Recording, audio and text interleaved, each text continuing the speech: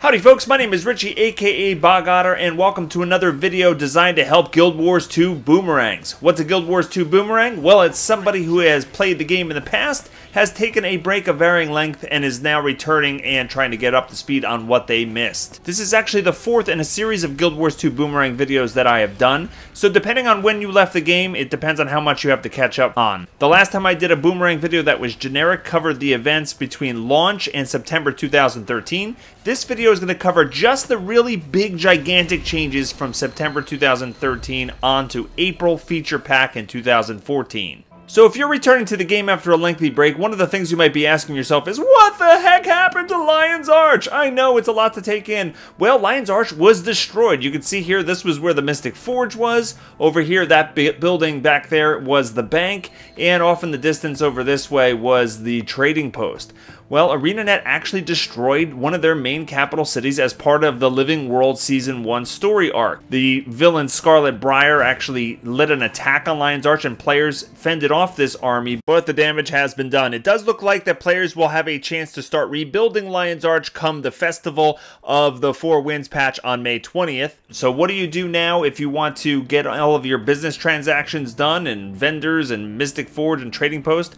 Well, if you look at the zone to the north of Lion's Arch, this is Gandharan Fields, there is a temporary outpost set up at the Vigil Keep. If we go there, I can show you what kind of amenities we have available. Here we are at the Vigil Keep waypoint. You can see there is a lot going on here. You have the Asura Gates, you have a banker, a Commander Potato. No, that's not who we want. We have a guild banker, we have a trading post over here. So a lot of the things that you need for a major town are here. Now, the things that are lacking are there are no crafting stations, there's no Laurel vendor, and there's no class trainers here. You can get those things at any of the other major cities, but from right now, this is our home away from home, where players actually congregate in mass to actually do all of their daily transactions. Now, if you're over the shock of losing Lion's Arch, let's talk about the big features that came in the April 2014 feature pack. The feature pack ushered in an assortment of precious features that alter the way the game is played. Some of these features have a high impact, but are simple to explain. For example, repairing your armor and weapons no longer costs any gold.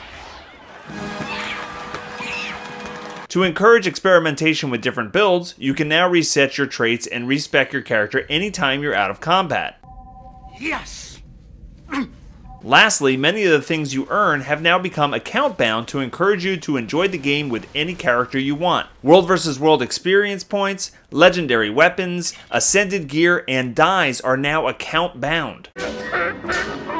Now, as a side note, unidentified dies will no longer drop off creatures in the world. You can still get them on Laurel vendors, though they're more expensive. You can also snag dies from the Gem Store, Black Lion chests, the Mystic Forge, or from other players on the trading post. That about covers the quick and easy changes from the feature pack. Any questions? I have a question! That fool He-Man!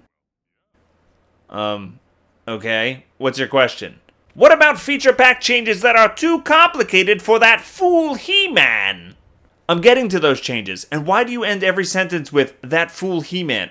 You know what? Never mind. ArenaNet has rewarded players since launch with many different weapon and armor skins for completing their Living World content. But if you were like me, you'd collect these items and they'd start to clog up your bank tabs. After all, you can only wear one back item at a time. Enter the wardrobe system. When you first return to the game, make sure you log in on all your characters so their items are added to your wardrobe. Then go to the PvP lobby in the Mists, and any skins in your PvP locker will also be added to your wardrobe. That's right, the items you've earned in PvP can now be used in PvE, and vice versa. Yes! Yes! Yes! You can now unlock new skins that you find by equipping them, salvaging them, or destroying them.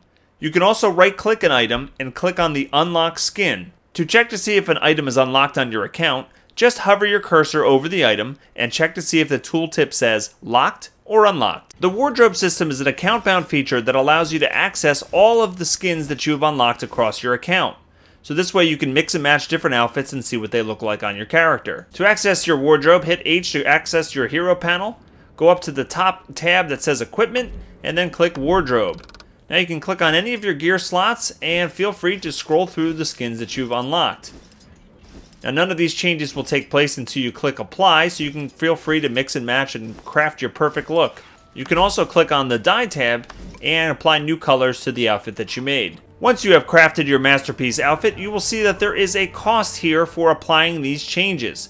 Now these are transmutation charges. The cost for switching the look of an item is usually 1 transmutation charge per item changed. Some items, such as those that you unlocked with achievements or the heritage set from the Hall of Monuments, are free to transform to any time. Transmutation charges have replaced the old transmutation stones, and if you have any of these transmutation stones in your inventory, you can click them to convert them to transmutation charges.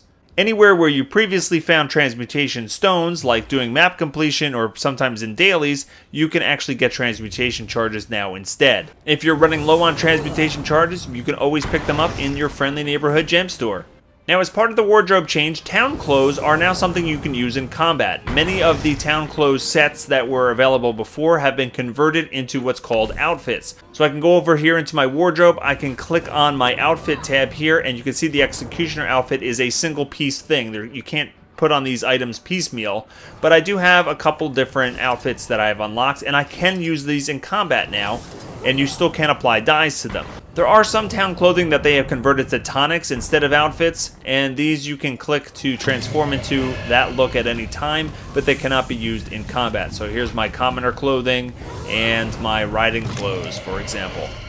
Another cool thing about the wardrobe is if you head over to your bank, you will see this wardrobe storage item here. This will show you, kind of like the PvP locker of old, this will show you all the skins that are in the game currently and which ones you've unlocked. So for anyone who's a hardcore collector, this is the place to go to see what are the skins that you're missing, and you can kind of look up, and you can even right click and preview all of the ones and create different outfits. So it's a really great way to figure out a way to make your character look unique and then seek out the pieces that you're missing. Another big change from the feature pack was the rollout of mega servers.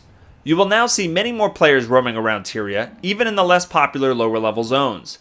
That's because the game no longer spawns a separate instance of a zone for each home server.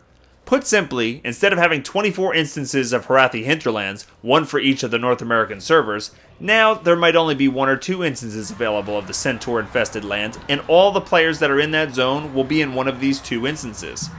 When you travel to a new zone, the mega server dynamically assigns you to a particular instance based on numerous factors, including where your group members, friends, and guildmates are, your homeworld designation, and default language.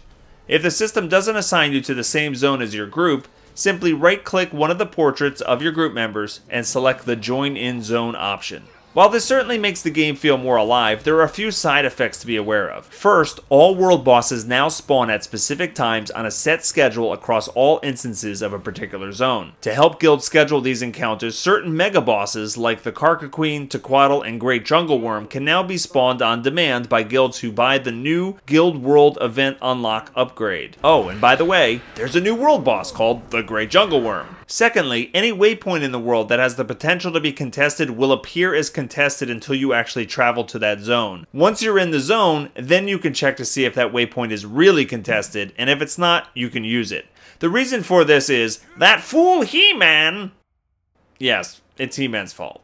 The last point I'll mention on mega servers is that they plan on making guilds completely cross-server instead of having separate chapters of a guild with separate influence pools, but we don't have an ETA on when that will be implemented yet. The feature pack also changed the way bonus crit damage works. There's a new stat called Ferocity, which relates to critical hit damage the same way that Precision related to critical hit chance. The overall impact is a nerf to crit damage, which used to be a flat percentage. In addition, armor runes and weapon sigils have been completely overhauled, so make sure you check out all of the new options for your builds. Two-handed weapons can now be slotted with 2 sigils to balance them with dual-wielded weapon sets. Hard to say. Also, all sigil recharges are now separate, so you can trigger your Sigil of Energy by swapping weapon sets, and right afterwards your Sigil of Fire can still trigger on a critical hit. Sigils of the same type, however, will still not work in conjunction. Returning players might notice that traits are completely different. They have condensed trait points, so 5 of the old points is worth 1 point in the new system. So at level 80, you will have 14 points to assign instead of 70, but each one boosts the appropriate stats significantly and unlocks either a minor or a major trait. In addition, each profession has 5 new Grandmaster traits they can unlock by performing certain tasks in the game. For example, you may be tasked with defeating the Risen High Wizard in the Cursed Shore to unlock your new trait. It's a throwback to skill capping in the original Guild Wars, but don't worry, if this doesn't appeal to you, you can visit your profession trainer and spend golden skill points to unlock your new traits. Brand new characters can unlock all of their traits using this new task system if they prefer. And don't forget, traits can now be reset anytime you're out of combat simply by going to your trait panel. And while we're talking about builds and traits, check out your skills page. Every profession has access to 2 new healing skills. One of them, Antitoxin Spray, is our first skill that is available to all professions. While many of these new healing skills may not be overly impactful, it certainly opens the door for more additions like this in the future. The last major change that I'm going to cover in this video is crafting ascended weapons and armor. Most of the crafting disciplines can now be raised up to level 500. When you reach this new cap, you can craft ascended level gear. This gear is expensive to craft, but has better stats than exotic items and is account bound and shareable with your other characters. Ascended gear can also be found inside ascended chests, which are rare drops in the Fractal of the Mists, champion loot bags, certain world bosses, and reward chests from guild missions.